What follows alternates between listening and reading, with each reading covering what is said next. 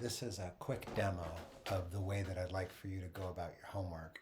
So the first thing that we want to start to play around with is a ground plane. Okay, so we're going to take and imagining, almost like start out with, if you think of a blanket, and here's a blanket. And then what I want to do is, so let's take the blanket and think of it like a net.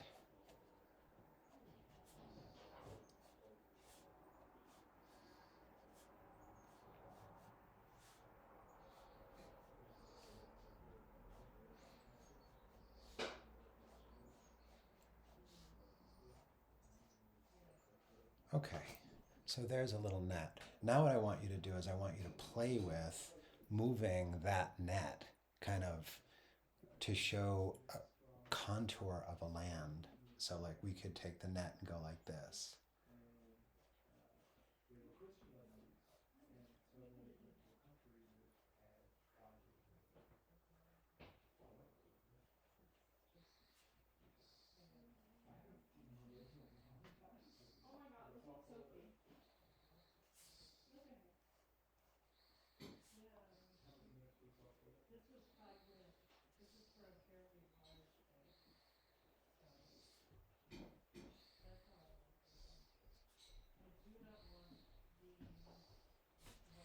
So that kind of forms a little bit of a sense of ground, land. We could do other things too, like you could go.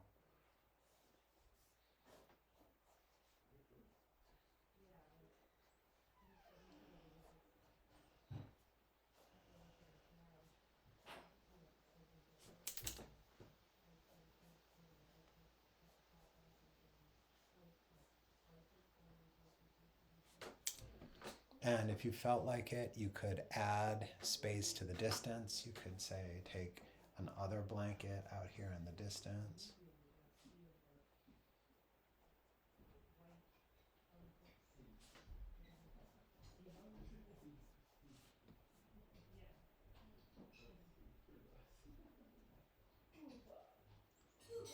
And so our space starts to become a little bit more complicated, maybe a little bit more interesting. You could even think about it like, so well, like let's just say that let's just keep it as what we're doing right now, but you could say like here would be a sort of a cliff. Like I could say, okay, here.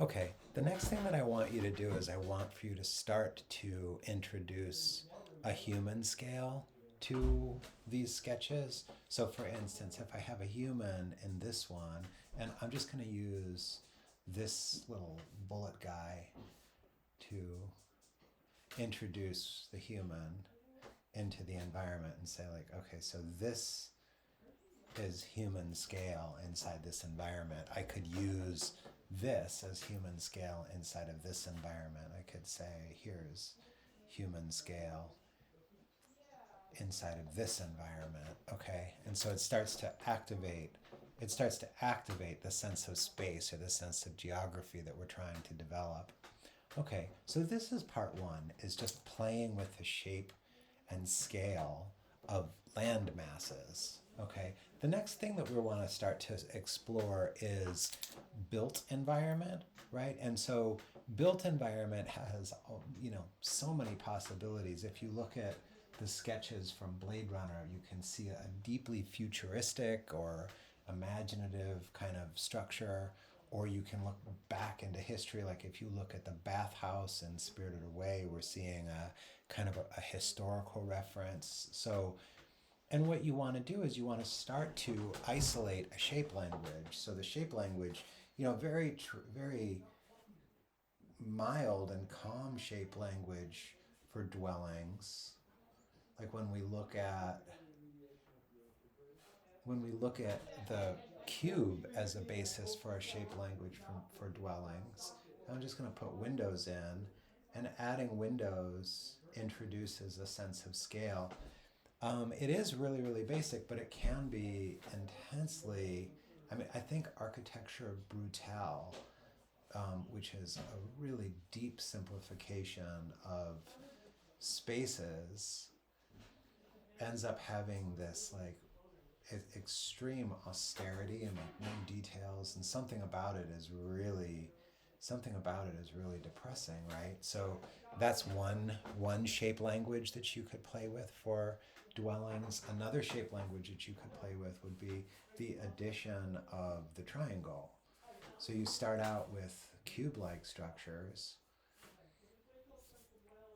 and this brings us into like ancient Greece, and they have this really low triangle like that.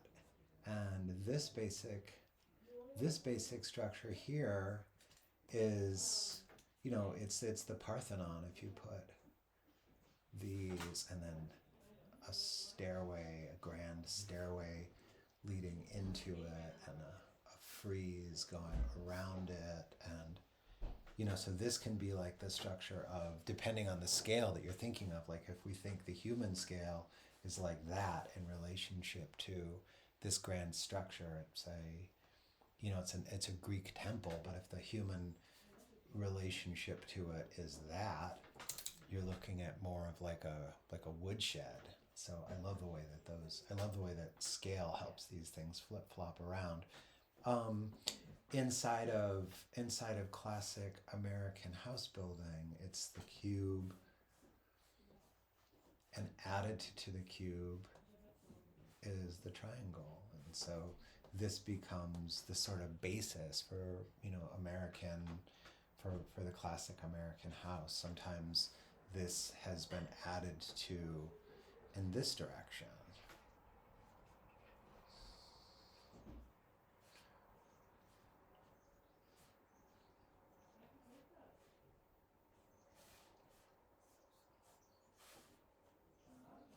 You have this kind of classic structure. Okay, and this structure for us will be super familiar and comfortable. Like so many of our houses are this exact shape. We can add to what we're thinking of with structures with the cylinder. Here's a cylinder.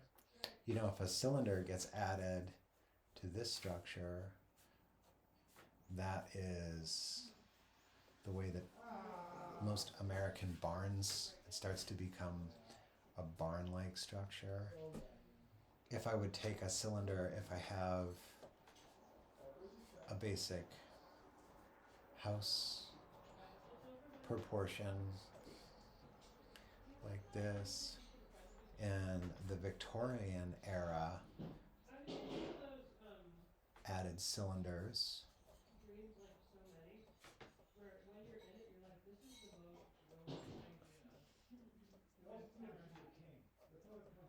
And by doing this, the houses, they got these really interesting shaped rooms on the sides of houses. And a lot of this, as you're starting to look at this, you can also start to visualize a castle, right? Like it feels like a house, but it also feels like a grander structure. And castles would just take cylinders and just go on and on and on with them. And you get this tremendous, or cathedrals, they end up feeling really grand. Okay, so we've got cones, we've got triangles, we've got cubes, you've got obviously spheres. Spheres, wonderful for the development of a kind of futuristic shape language. You could be like, okay, here's a little house structure. If I put a little doorway in this and cut it right there, it looks like a little house that you might see on the moon or something like that. Some cool little kind of Okay, so what I'm going to ask you to do is I'm going to ask you to start to think of, I've included in the examples on the Padlet, I've included various artists' takes on this kind of stuff. And then what I want you to do is I want you to take shape language that you decide to work with, and I want you to nestle it into. I want you to work to nestle it, and you don't have to stick with one thing. However you can. So, but like, let's say I wanted to make a sort of built environment in here based on these like cylinders going together as a kind of a possible house-like environment. And so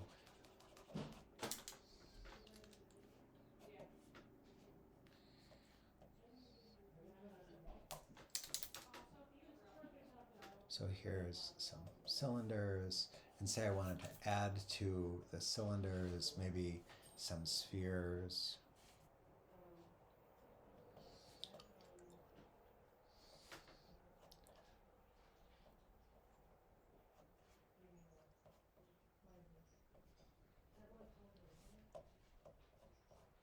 So here's these like little like cylinder structures stuck into this valley, this strange little valley that I'm designing.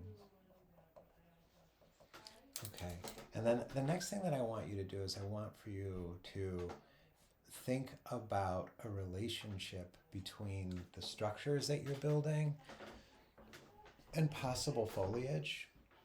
So foliage, the foliage shape that we worked on in class was we just took a volume, right, like this, and it was mainly made to feel like foliage by the addition of a complicated edge, or if you add a light source, you could say that the foliage was dark in color, and then if you added a light source along the direction of the terminator, there's also a roughness, and so we can start to express foliage. This would be like ground foliage, or if you want to draw a tree, there's a cylinder, and off of the cylinders, again, I'm just going to go up, take my tree stem up through the foliage that I was just drawing, and it starts to become, convincingly enough a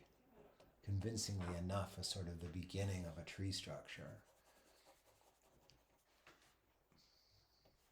And that enables us to start to relate. We could say like these are these three cylindrical houses inside of a valley, and like what's their relationship? Like if we take and make all the foliage that surrounds them these like little plants, say I've got like a pathway here leading to another pathway here, connected to another pathway here, and extending out this way to another pathway out there. And I'm gonna say like I'm gonna work with little bits of foliage in here.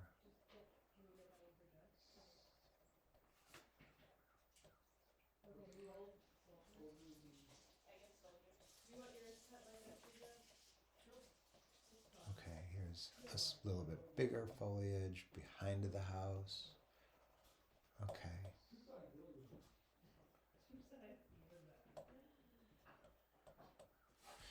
And then another piece of ground cover that I think is really interesting to work with is rocks. And rocks, like if you work from a sense of volume, and you just shave out of that the rock that would live in there, you give yourself like I'm moving the contour lines around, and I'm gonna shade the edge of the rock. Okay, so you can design these little rocks, and we could have like little rock outcroppings in our landscape down here. Here's some rocks. Here's more rocks. And the last piece that I kind of want to that I want to ask for you guys to do, is to introduce a sense of materiality to your world, right? So for instance, a barn, actually the siding on barns is kind of like this.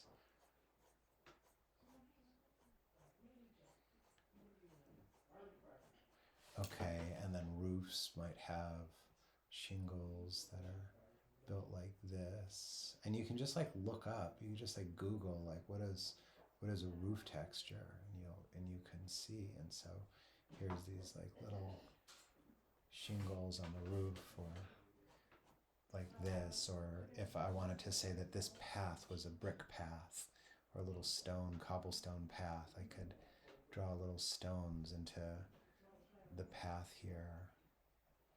And if I drew little stones into this,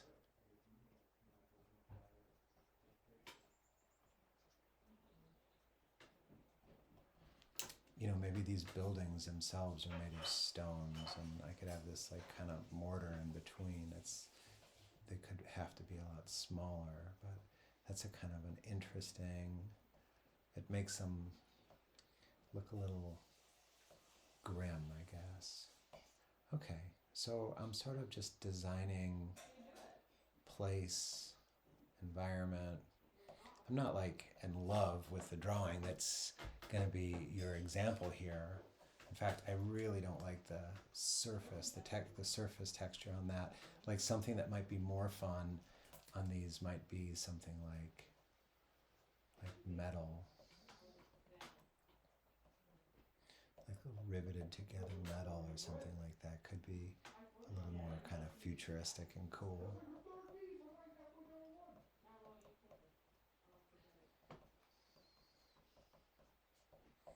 Anyway, so I'm looking to have you, and so your assignment is to kind of imagine a place and draw it, and these things can then be shaded. Like we know how, if I have the light direction coming from over there, the shade how the light would relate to this.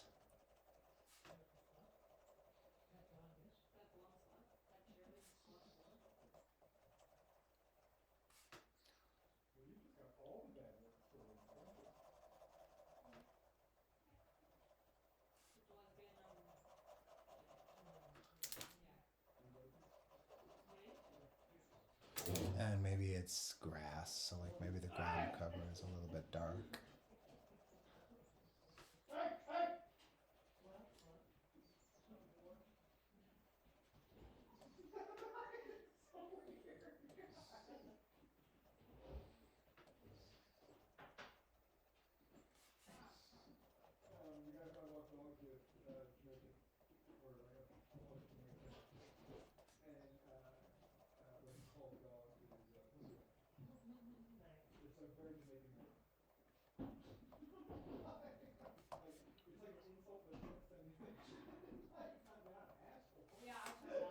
Okay. So we're like just sketching like little places, okay? This is just like place sketching and inventing.